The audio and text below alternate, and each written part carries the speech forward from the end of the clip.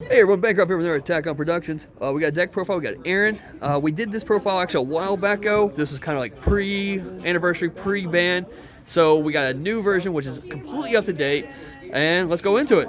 Cool. So this is Golden Frieza. He's an old leader. For those of you who don't know what he does, front side, I can KO Frieza's army, and then I can ready an energy and draw a card. When he awakens, he draws 2, because that's the old school way. And then he does the same thing on the backside, except for I can KO a dude and untap 2 energy and then draw a card. So a lot of recursion, a lot of energy manipulation. Really good. So we'll go through the battle cards first. I play 4 of the Avenging Frieza. So this is one of the main engines in this deck. When you play him, you look at the top 3 cards, pick a Frieza's army that costs 2 or less, put it into your hand, and then he basically just becomes KO fodder for the leader. Every single turn, you're just KOing and untapping, so a lot of plussing off this guy. Next, Frieza is biding his time.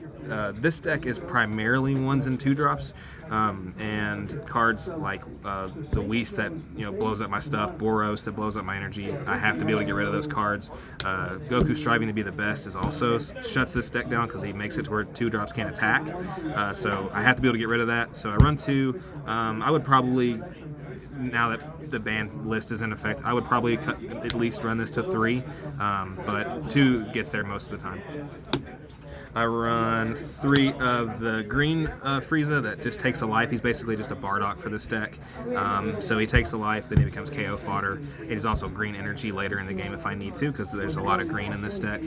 The MVP of this deck now is the Malicious Streak. So what he does, he's from the Anniversary box. What he does is when he leaves the battle area, goes to into the drop area, I can take a life, and then I can play a Frieza that costs 2 or less from my hand. So it basically hits all of these cards, and it helps me self-awaken, which was the only problem this deck had before this card came out. So it's just the turn you do that is just ridiculous. You're doing so many things. You're drawing a bunch of cards, picking up life, untapping energy. This card is insane. And then next is the Chi-Lai and Limo engine. So this is kind of the heartbeat of this deck. This is what kind of gets you there to win the game. The 1-drop, 2-drop Frieza stuff is cute. It's mainly for the leader. This is what wins you the game. So this Chi-Lai is not... first of all, she's a 2-drop that's a 15k, which is just really strong. But once per turn, when an opponent's battle card is KO'd, they have to discard a card. And if you have more than 1 of these on board, they have to discard multiple cards. So really good. This Limo is pretty good. It's also another 2-drop that's a 15k. The only problem with this Limo is he's 2 green, so you don't play him at least until, you don't hard cast him until at least turn 4, usually. But when you play him, if you control a Chi-Lai, they have to discard a card. And then this Chi-Lai is probably the most important card in the deck.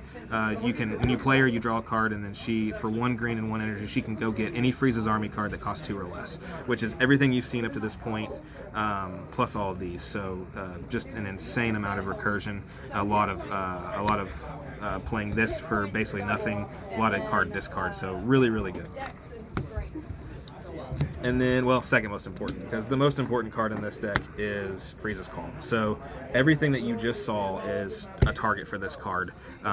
This card is ridiculous. So being able to just go and get any Frieza's army that costs 2 or less and put it into play, it comes in tapped, but it's still really good because it hits everything, and then it just becomes immediate KO fodder to restand and draw. Just really, really, really good. So then I run 4 of the Surprise Attack because this deck is a Frieza deck and it runs Death Ball. So when one of your opponent's battle cards gets KO'd, this card gets to be played for free, and it's got critical, which is basically the way that I'd try to win is with double strike crit. So I run 3 Champas. So swing with lead, KO something, this comes into play, double strike, and then typically what I'll try to do is I'll try to get rid of this and then play another one in the same turn. So do that all the time. Really, really good. This card gives your leader card if it's a Frieza plus 15k, and then KOs an opponent's card if it's in rest mode. So that pairs really well with this Chilai as well. So if you can get a couple of these Chilais out, pop a card, they have to discard a couple cards, you get to play one of these. I mean, it's just it synergizes really well.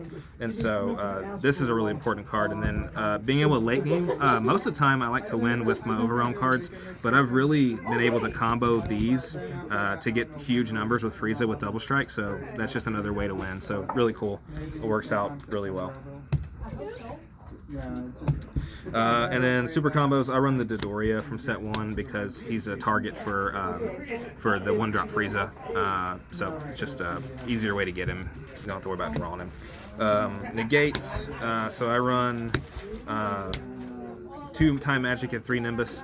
I cut this back from, I was running 4 and 4 before the ban on Bloodlust, but once a bunch of slots opened up because of Bloodlust and Battering being gone, I realized that I could get a lot more aggressive with this deck, and it becomes basically like a Storm deck with Frieza's Call and with the Chilai that brings a bunch of 2-drops in. So the deck can aggro pretty hard, and so I cut the negates to be able to aggro more. And then Cold Bloodlust just got limited. You have to run it still, just for whatever, for that one time the foreseeing hit's going to rip out your combos, or anything that is going to lose you the game other than Gogeta. This card is still super important. So that's the extras. And then my overrun package is just a bunch of foos. So Scientist Food draws me cards. It's not really the one that you want. This is literally just in the deck for Broly and Kid because those decks are everywhere.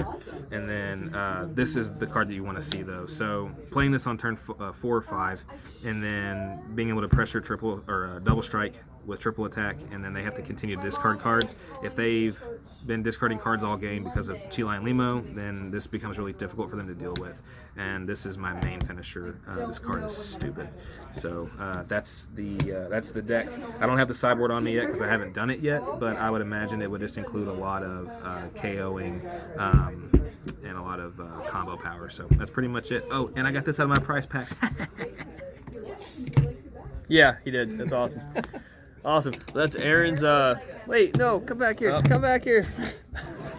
That's what I did at Jimmy's.